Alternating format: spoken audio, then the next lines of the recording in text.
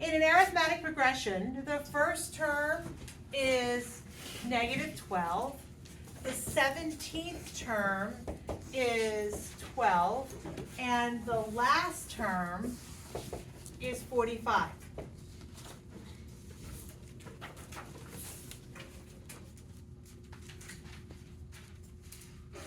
How many terms are in this thing? Okay.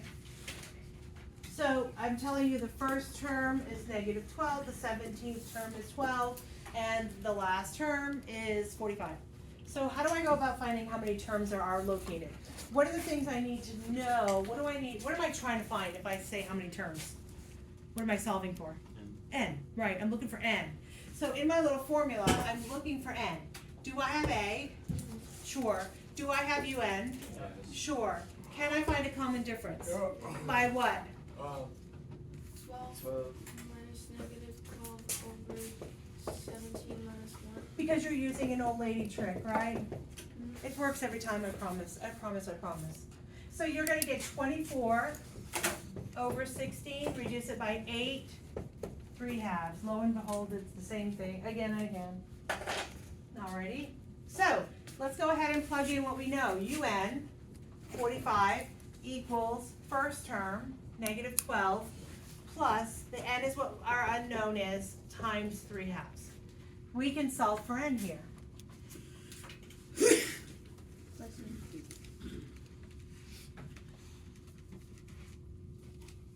negative is kind of an awkward spot. Okay, if I add 12 to both sides, that's 57, N minus 1 times 3/2. I'm going to multiply 57 by the reciprocal. So 57 divided by 3.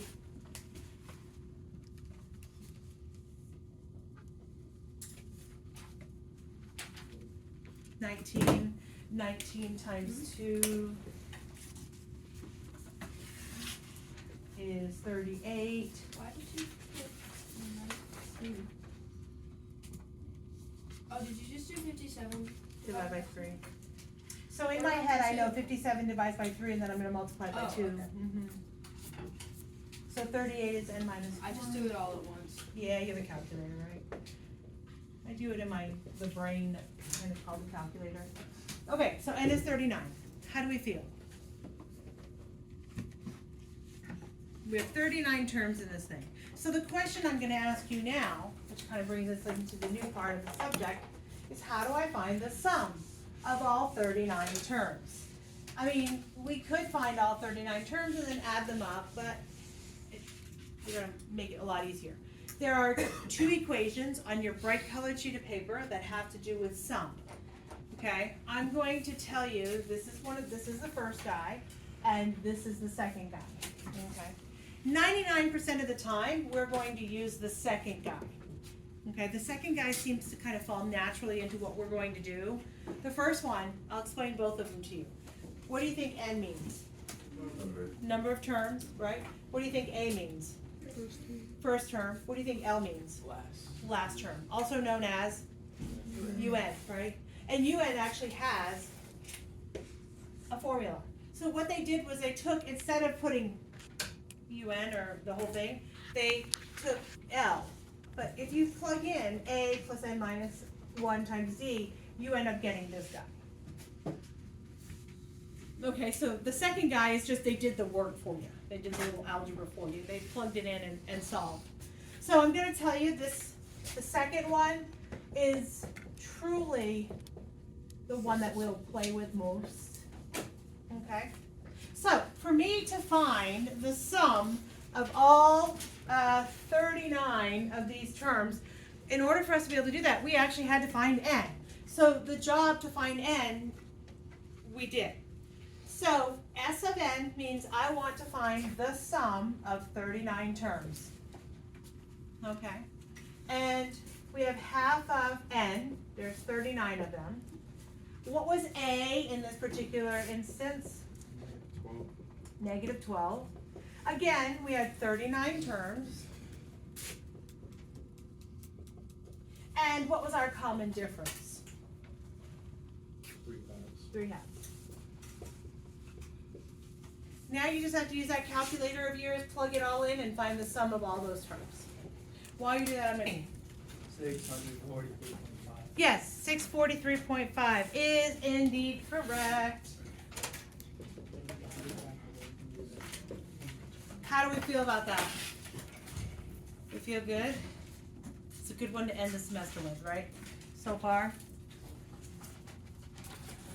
39 is equal to negative 24 plus whatever that is. So half of 38 is 19. 19 times 3 is 57?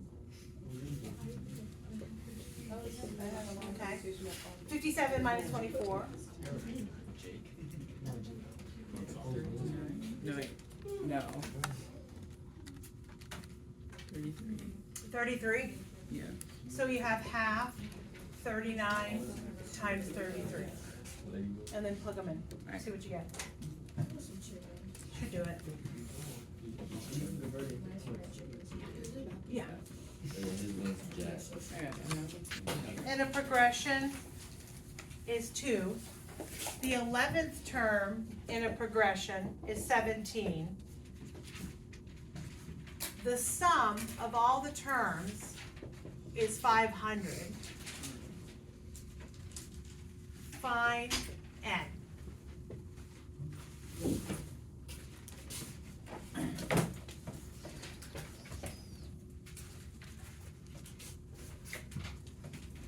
Yeah. 11th is the last term, right? We don't know because it says find n. So This is the 11th term. just blanket that the 11th term is that. It's the 11th. We don't know how many terms there are. That's what we're trying to find. Is that? Yeah, 2 is per term. Yeah, A is per term. Yeah. I don't think the UN would be important in this one. You don't think so, huh? So we need to.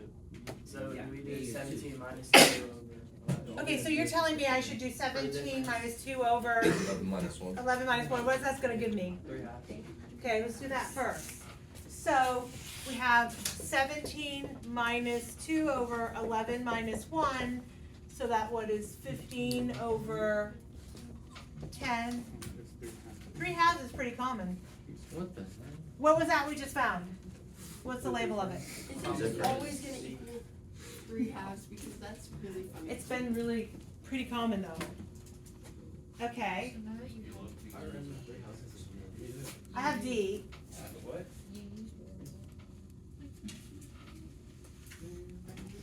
Are we using the shoulder? Wait. So, here's the dilemma I ask. Could I just use UN and do the problem? If I did just use UN, I would have an unknown of N and an unknown of the last number. I haven't a clue what the last number is. Does that make sense what I just said? So it has something to do with this. So let's write it down. Right? What's the other formula that potentially I could use that I need to use? Sum. The sum. Which one will I use? The second. I would always, yeah. So the sum of n is equal to half n, 2a, plus n minus 1 times d. Okay, so what do I do here? Let's plug in what we know. What's the sum of n? 500. 500, okay. Do we know n? That's what we're trying to find. Do we know our first term? That's nice, they gave it to us. We still don't know n. And we have 3 halves. Is the only unknown I have here n? So can I solve for n? Yes. Very good. Sometimes there's more than one unknown, so we are going to use 2 equations with 2 unknowns and try to solve. But in this case, it is definitely because we were able to use the old lady trick to find d. Because if we didn't know the old lady trick, then we would be using 2 equations with 2 unknowns, okay? So I'm gonna have you start to solve for n here, see what you get, see how you work. Gifted paper. Good stuff, not good stuff?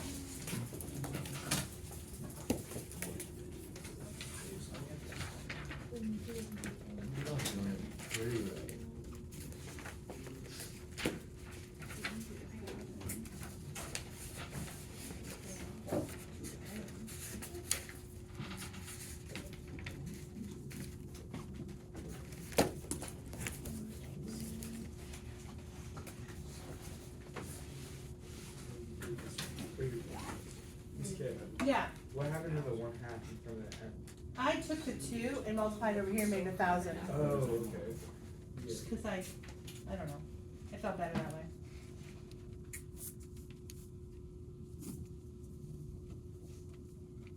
Yeah, I think that works. I'm gonna rock your world even more, wait.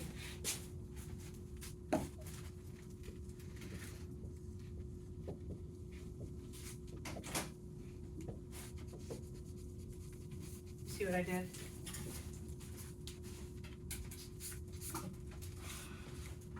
Yeah, What'd I do? you, took the two. Yeah, I had a 2.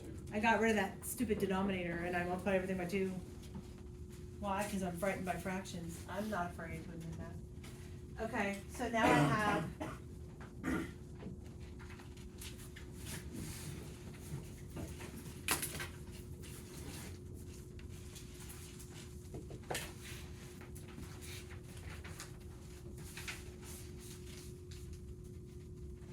Woo. What do I do with that? Factor. I do. I factor it.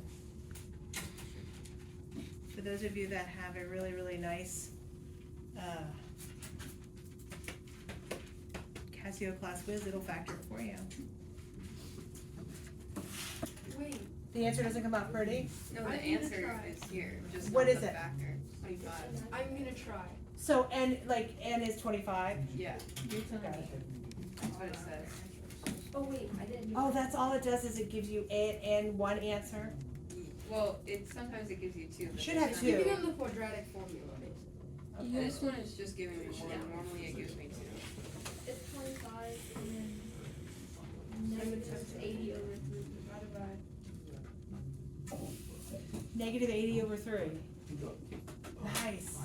Because it's 3n and n.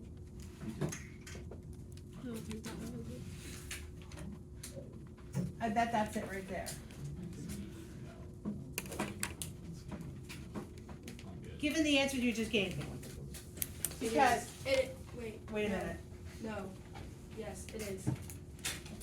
this is positive. Let's see if that works. Yes, because this is 3n squared, this is negative 75 plus 80, which would be positive No, 5. flip it around. Flip it around. The negatives need to be flipped.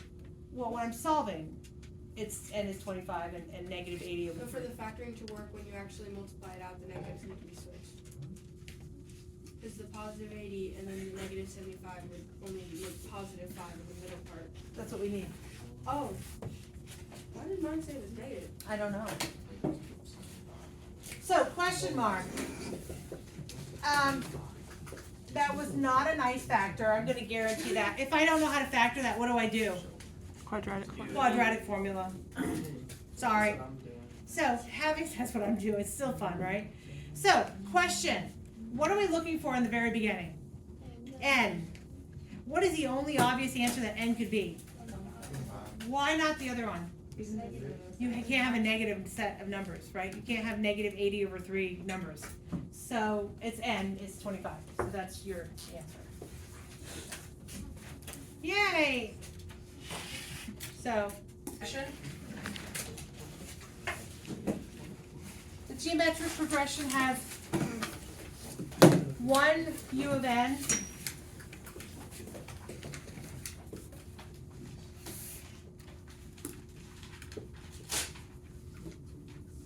and then there's two values for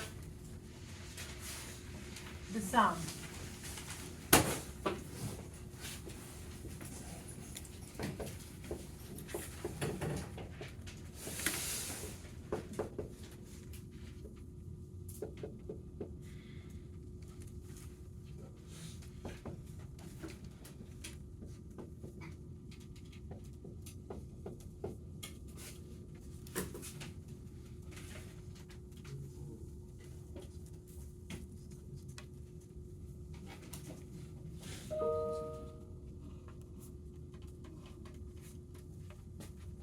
Are we good over here with this monstrosity?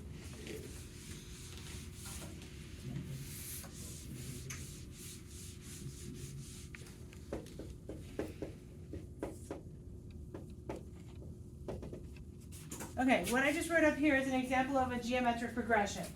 The difference between arithmetic and geometric, arithmetic, to get from one to the next, you consistently add a number to get to that next one, right? For a geometric, a little bit different. To get from one to the next, what do you think you do? You indeed multiply. So geometric has a relationship to multiplication and division, whereas arithmetic had a relationship to addition and subtraction. So if I'm looking at this, you're gonna recognize in a geometric progression, it gets fast. It gets big really, really fast. So what is, when I'm looking at this, we have the same kind of letters that we did just a second ago. Okay, UN, A, R, and then N. Okay, UN, what do you think UN is? Again, last term, just like you had just a second ago. A would be what? First term, very similar in nature. I'm gonna skip down to N. What do you think N is?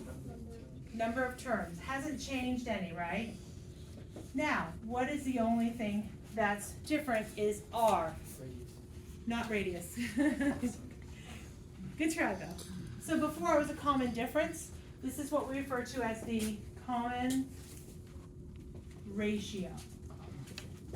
A ratio is a fraction of numbers, something over something, right? So instead of a difference where we subtract to get to it, we are working more with multiplication and division. To get a common ratio, it's A2 divided by A1, or A3 divided by A2, or A4 divided by A3. Two consecutive numbers divided. So, really nice. This one's sweet. If I'm looking at this, I can do 4 divided by 2, or 8 divided by 4, or 16 divided by 8. What is my common ratio here? 2. It is 2. Could you tell me what the 15th term of this thing is? Okay, so how do we go about finding U15? So U15 is going to be equal to first term. What is the first term?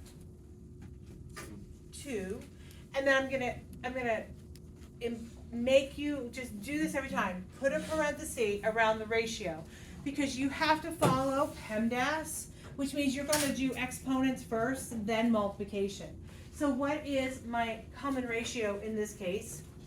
And that poses a problem because my first term and my common ratio in this case are the same number, and it kind of messes people's head up a little bit. And then, what am I looking for? The 15th term, so what's n in this case? 15 minus 1. So I'm going to tell you, you're going to do 2 to the 14th first times 2. And so what is the 15th term of this?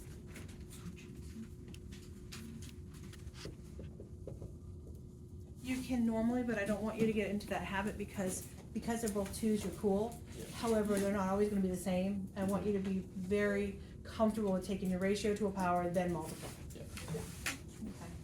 So 32,768. Do you see how fast that got big? Like it went 2, 4, 8, 16. Skip to Malou a few till I get to the 15th term, and it's 32,768, which is rather cool. Do you guys play that block thing where you have like a 2 and a 2 make a 4 and all that? What's that called? 1024 or something? Yeah. that's all based